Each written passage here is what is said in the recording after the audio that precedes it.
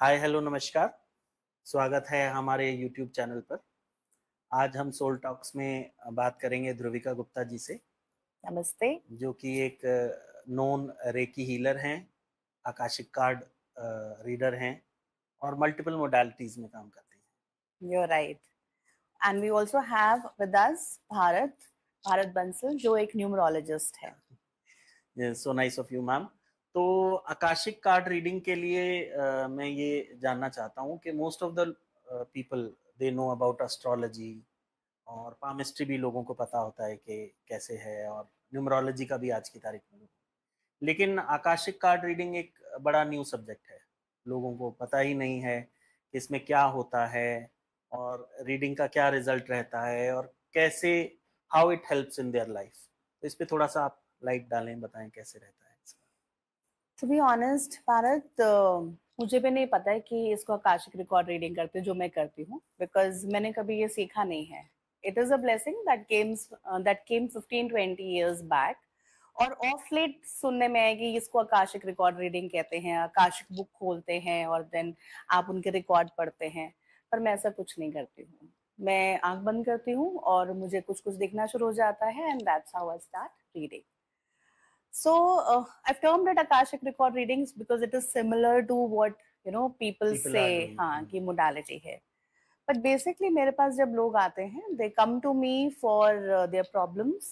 They could have relationship issues, they could have money blockages, business नहीं चल रहा है या फिर बच्चा नहीं हो रहा है, बच्चों से related problem है, and बहुत जगह बहुत कुछ try कर चुके होते हैं.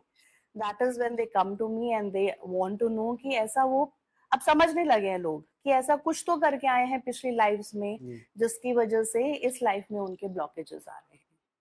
So through akashic record readings I check कि वो पीछे ऐसा क्या करके आए हैं या उनके एंसेस्टर्स ऐसा क्या करके आए हैं जिसकी वजह से उनके लाइफ में ब्लॉकेजेस आ रहे हैं. तो क्या इसके लिए आपको डेट ऑफ बर्थ या कोई और डिटेल्स चाहिए होती हैं, या कैसे आपने क्या इनपुट चाहिए होता है आपको? हाँ नहीं, for akashic record reading we don't need all such details. अगर देखा जाए तो आप सोल से कनेक्शन है, and that's how I am reading. मैंने जैसे बोला कि मैं कोई बुक नहीं खोल रही हूँ, कहीं जाके कुछ चेक नहीं कर रही हूँ. So basically I need to connect with the person energetically, but हाँ मैं फिर भी लोगों को बोलती हूँ कि आप अपना फुल नेम और अपनी एज दीजिए. जी। तो इनके बेसिस पे मैं उनके साथ सोल लेवल पे कनेक्ट करके फिर उनकी रीडिंग करती हूँ, जिसमें मैं स्पेसिफिकली अपने क्लाइंट्स को ये बोलती हूँ कि आप मुझे सिर्फ प्रॉब्लम बताइए. बिकॉज कई बार बहुत सारे लोग स्टोरीज बताने लगते हैं कि हमें ये हुआ, फिर ऐसा हुआ, फिर ये प्रॉब्लम आई. सो आई टेल देम कि प्लीज आप मुझे स्टोरीज मत बताइए, आप मुझे सिर्फ प्रॉब्लम बताइए. Let me find the story for you, क्योंकि वो स्टोरी कहीं ना कहीं उनकी पास्ट लाइफ पास्ट से, लाइफ। उनके एंसेस्ट्रल अकाउंट से कहीं ना कहीं से निकल के आएगी. And then when I tell them the entire story, they are able to connect the connect with dots it. कि हाँ सो नाइस। इसलिए लाइफ में अब ऐसा ऐसा हो रहा है. तो जैसे कि अगर प्रॉब्लम तो डिफाइन हो गई, आपने उसको स्टोरी भी उसकी एक आइडेंटिफाई कर ली, तो उसके लिए सॉल्यूशन किस तरीके के रहते हैं? एस्ट्रोलॉजी टाइप के ही रहते हैं या कुछ डिफरेंट? आप क्या सजेशंस कैसे देते हैं उनमें, कैसे लोग अपने आप? देखिए, जब मेरे पास बहुत सारे लोग आते हैं तो ऐसा नहीं है कि पहली बार मेरे पास आ रहे हैं. They could have been to different people, different astrologers, numerologist, even तो Akashic record even readers. Akashic record readers. तो क्योंकि मैंने कुछ पढ़ाई नहीं की है, I have not gone by the book, so I don't know कि मैं जो देख रही हूँ वो सही है कि नहीं. शुरू के टाइम में मैं अपने आप को डाउट करती थी. So that is when I learn multiple modalities to cross check, क्योंकि मुझे लगता है कि अगर कोई चीज ब्लॉकेज है तो वो ब्लॉकेज एस्ट्रोलॉजी में भी दिखाना चाहिए, न्यूमरोलॉजी में भी दिखाना चाहिए, आकाशिक में भी दिखाना चाहिए. So that's when I learn Mokshapat board reading. एक वैदिक एक एंशिएंट बोर्ड रीडिंग मोडालिटी है जिससे आप चेक कर सकते हैं कि कब ये काम होगा, क्यों नहीं हो रहा है, क्या करने से आपका ये काम हो जाएगा. And then I also learned astrology so that I could cross check with a different form of mystical arts. जी। तो मेरे पास जब लोग आते हैं तो मैं पहले तो आकाशिक से ही चेक करती हूँ, बट साइड बाय साइड मैं मोक्षपाठ बोर्ड से भी क्रॉस चेक कर रही होती हूँ इन्फॉर्मेशन. मैं ऑटोमेटिक राइटिंग भी करती हूँ. अगेन इट इज समथिंग जो मैंने सीखा नहीं है, it is a gift that came. And अगर टाइम समय होता है, क्योंकि कुछ लोग 1 घंटे का सेशन भी लेते हैं, जी। जनरली मेरे सेशन 30 मिनट्स के होते हैं, तो जब 1 घंटे का सेशन लेते हैं तो उसमें टाइम होता है, तो फिर हम हॉरोस्कोप खोल के भी चेक कर लेते हैं। तो अगर सपोज किसी ने कुछ लाइफ में, पीछे किसी लाइफ में गलत किया है, किसी को मारा है, किसी को इतना परेशान किया कि उसने सुसाइड कर लिया, तो इस लाइफ में कहीं ना कहीं उनका शनि या सैटर्न पीड़ित होता है, ओके। और वो उनके ऐसे ही किसी हाउस में बैठा होता है जो डिजीजेस या उनको वो प्रॉब्लम्स दे रहा है। So when I am able to see all of this, आप एक लार्जर पिक्चर देखने लगते हैं, और जब आप लार्जर पिक्चर देखते हैं तो जब मैं रेमेडीज देती हूँ तो कुछ ऐसी रेमेडीज होती हैं जो उनको अपने लेवल पे करनी होती हैं। आई ऑल्सो गिव सम मंत्र चैंटिंग। अगर किसी और फेथ या रिलीजन के लोग होते हैं तो उनके हिसाब से उनकी प्रेयर बताती हूँ। और अच्छा, मल्टीपल फेथ में भी आप इसमें सोल्यूशन दे हाँ सकते बिल्कुल, देखिए हैं। अगर हम मंत्र चैंटिंग की बात कर रहे हैं, तो कोई अगर मुस्लिम कम्युनिटी या क्रिश्चियन कम्युनिटी से आएंगे, जी। रिलीजन फेथ से, तो वो शायद कंफर्टेबल नहीं होंगे, बिल्कुल। एंड यू कांट इम्पोज कि नहीं आपको ये चीज तो करनी ही है। So I give them something that they can manage. Donations हो गए, हर एक के प्रॉब्लम के हिसाब से अलग अलग तरह का दान भी होता है, तो जी। कहीं पैसे का दान, कहीं पर खाने का दान, कहीं पर दवाइयों का दान, ओल्ड एज होम में देना चाहिए या एनिमल शेल्टर में देना चाहिए, वो सब मैं बताती हूँ। देन कुछ जैसे ब्रेसलेट्स हो गए, सॉल्ट्स हो गए, क्रिस्टल रखने से अगर चीजें बेटर होती हैं। बहुत सारे केसेस में मैं हीलिंग्स भी रेकमेंड करती हूँ। अब देखिए, अगर आप बहुत सारे लोगों को परेशान करके आए हैं, ये किसी एक पर्सन को भी जी। परेशान किया है जो सारी जिंदगी आपकी वजह से परेशान हुआ, तो अगर आप 4 बार हो पोनो पोनो बोलेंगे या 4 महीने भी बोलेंगे तो एकदम से तो चीजें ठीक नहीं बिल्कुल। होंगी। तो इसलिए हीलिंग्स हेल्प करती हैं, because they expedite the process of healing. तो कुछ चीज क्लाइंट अपने लेवल पे कर रहा है, कुछ ब्रेसलेट्स हेल्प करते हैं, और कुछ बहुत मेजर पार्ट हीलिंग भी डेफिनेटली प्ले करती है। तो ऐसे बहुत सारे केसेस देखे हैं जहाँ पे शादी 6 साल के बाद दिखा रहा था, बच्चे का योग 8 साल के बाद दिखा रहा था, बट हीलिंग्स और ये सब उपाय करने के 6 महीने के अंदर, 8 महीने के अंदर ही शादी हो गई या बच्चा हो गया। तो आपको भी फेथ आने लगता है कि हाँ, आप राइट पाथ पर हैं और लोगों को सही तरीके से गाइड कर रहे हैं। और जब आप उनको बता देते हैं कि ये प्रॉब्लम इसकी वजह से है, जैसा कि मैं समझ पा रहा हूँ, तो कहीं न कहीं एक फीलिंग ऑफ पश्चाताप जिसे हम कहते हैं, तो अगर उस फीलिंग से वो लोग करते हैं तो जल्दी उससे रिकवरी कर लेते हैं शायद। May be that is the reason. आप बिल्कुल सही कह रहे हैं। मैं अपने हर क्लाइंट को जो सबसे पहला उपाय बताती हूँ वो होपोनोपोनो होता है, माफी मांगना। माफी भी आप 3 तरह से मांगते हैं। एक, जिसको आप परेशान करके आए हैं उसकी आत्मा से मांग रहे हैं। जी। ज्यादातर लोग जब होपोनोपोनो की प्रेयर करते हैं इस लाइफ में, तो सपोज मुझे किसी ने परेशान किया है तो वो उसके सोल से माफी मांग रहे हैं। अब प्रॉब्लम क्या है कि आप उसके साथ जी रहे हैं, इस जी। लाइफ में है, या वो आपको परेशान करके गया है।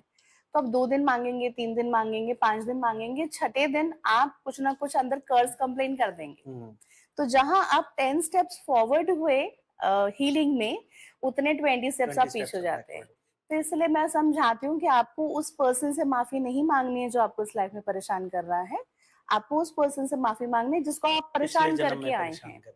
तो जब आप वहां माफी मांगते हैं, क्योंकि वो चीज तो आपको ही मांगनी है, जी। वो मैं आपके बिहाफ पे नहीं कर सकती। तो एक ये चीज होती है होपोनोपोनो में, जहां आप माफी मांग रहे हैं। कई बार ऐसा भी है कि सपोज हस्बैंड वाइफ है इस लाइफ में और बहुत हैप्पी रिलेशनशिप में नहीं है, और पता चला कि पीछे माँ और बेटे थे, और बेटे ने माँ का ध्यान नहीं रखा, तो अब इस लाइफ में हस्बैंड को कुछ ना कुछ करके काम करना पड़ रहा है या वाइफ को उसको देखना पड़ रहा है। तो उसमें क्या होता है, एक आप माफी भी मांगते हैं और एक आप माफ भी करते हैं। और थर्ड होता है जब हम कई बार ये ग्रजेस लेके आए होते हैं, रिग्रेट्स होते हैं इस लाइफ में कि अगर मैंने वो कर लिया होता तो मैं ऐसी होती या वैसा होता। तो तीसरा, आप अपने आप को भी माफ करते हैं। तो देखिए, सबसे पहला काम माफ करना ही है, माफी मांगना ही है। अगर आप वो कर लेते हैं तो आप एटलीस्ट हीलिंग के रास्ते पर चल पड़े हैं। जी। बाकी सब चीजें फिर धीरे धीरे ऐड होती जाती हैं। तो ये आप जिस तरीके से बता रहे हैं तो मुझे इतना वास्ट लग रहा है, तो क्या एक सेशन में हो जाता है लोगों से डिस्कशन में एक? देखिए, मेरे पास बहुत सारे क्लाइंट्स हैं जो 2 सेशन, 5 सेशन, 10 सेशन भी रीडिंग के ही लेने आए हैं। और वो सब कुछ मैं इसको बहुत ह्यूमरस वे में बोलती हूँ कि हम सब कच्चे चिट्ठे खोल लेते हैं कि मेरा अपने हस्बैंड के साथ क्या रिश्ता था, मेरा अपने बच्चों के साथ क्या रिश्ता था, मेरी मदर इन लॉ के साथ कैसा था, या मेरी फ्रेंड के साथ कैसा था। कुछ एक ने तो अपने हाउस हेल्प के साथ भी रिश्ता चेक करवाया, अगर वो बहुत अच्छा या बहुत बुरा जी है। जी और उसके बाद हीलिंग जब हम करने लगते हैं तो डेफिनेटली मैं उनको बोलती हूँ ये मैजिक वॉन्ड नहीं है कि आज हमने घुमाया और सब ठीक हो जाएगा। हम उसको स्प्रेड आउट कर देते हैं कि अगर किसी को 8 सेशन लगेंगे या 10 सेशन हीलिंग के चाहिए होंगे तो हम 1 महीने में 1 ही सेशन करते हैं। मैं बहुत ही डिफरेंट मोडालिटीज यूज करती हूँ, अगेन कुछ सीखी हैं और कुछ ऊपर से गॉड गिफ्ट ब्लेसिंग है। आई है। हाँ बिल्कुल गॉड गिफ्ट है। तो जब मैं हील करती हूँ तो मैं इनको कहती हूँ कि आपको अपने लेवल पे उपाय करना है। हम एक हीलिंग 1 मंथ में कर रहे हैं, 25-30 डेज वेट करिए, see how things are changing. तो आप मान के चलिए कि जब एक हीलिंग 8 महीने के लिए स्प्रेड आउट हो गई तो 8 महीने की हैंड होल्डिंग हो जी जाती है। और वो जिस क्वेश्चन को लेके आए होते हैं रीडिंग में, फिर उनको बार बार उसके लिए रीडिंग के लिए आना नहीं पड़ता, बिकॉज सेकेंड हीलिंग ऑनवर्ड्स हम चेक करने लगते हैं कि जो चीज रीडिंग में ब्लॉक दिखा रहा था वो कैसे खुल रही है। तो जैसे 6 साल बाद शादी फिर 5 साल बाद दिखाने लगती है या 3.5 साल बाद दिखाने लगती है, तो चेंज होने लगते हैं time periods. So in a way you can understand कि it is a long period of hand holding, and the beauty is Bharat ji that we don't remind our clients कि आपका next session due है। In fact हमें बहुत बार complains आती हैं कि आप हमें रिमाइंडर क्यों नहीं देते, बिकॉज वो हमारी पॉलिसी है। मैं ये कहती हूँ कि अगर कोई अच्छा हो रहा है, अच्छा फील कर रहा है, बेटर हो रहा है, चीजें ठीक हो रही हैं, तो वो अपने आप आ जाएगा and they come on their own. नहीं, नेचुरली ये तो है, अगर किसी को रिजल्ट मिल रहा है, किसी को पॉजिटिविटी आ रही है आपसे बात करके ही, फॉर दैट मैटर, तो वो खुद ही आपस में आपसे आपसे कांटेक्ट करेगा दोबारा। सो बिल्कुल। Nice of you. तो और आपसे बातचीत इस बारे में हम आगे कंटिन्यू करते रहेंगे, क्योंकि मुझे लग रहा है एक सेशन में तो हम सारी जानकारी नहीं ले सकते इसके बारे में आकाशिक रिकॉर्ड रीडिंग के लिए।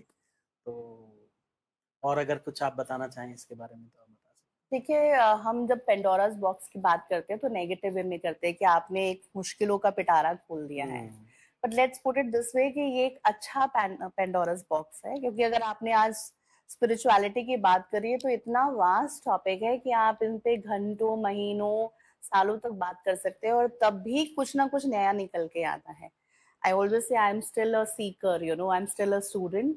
क्योंकि आप मास्टर कभी नहीं बनते, चाहे हम अपने नाम के आगे कुछ भी मोडालिटी की वजह से जी। मास्टर लगा दें।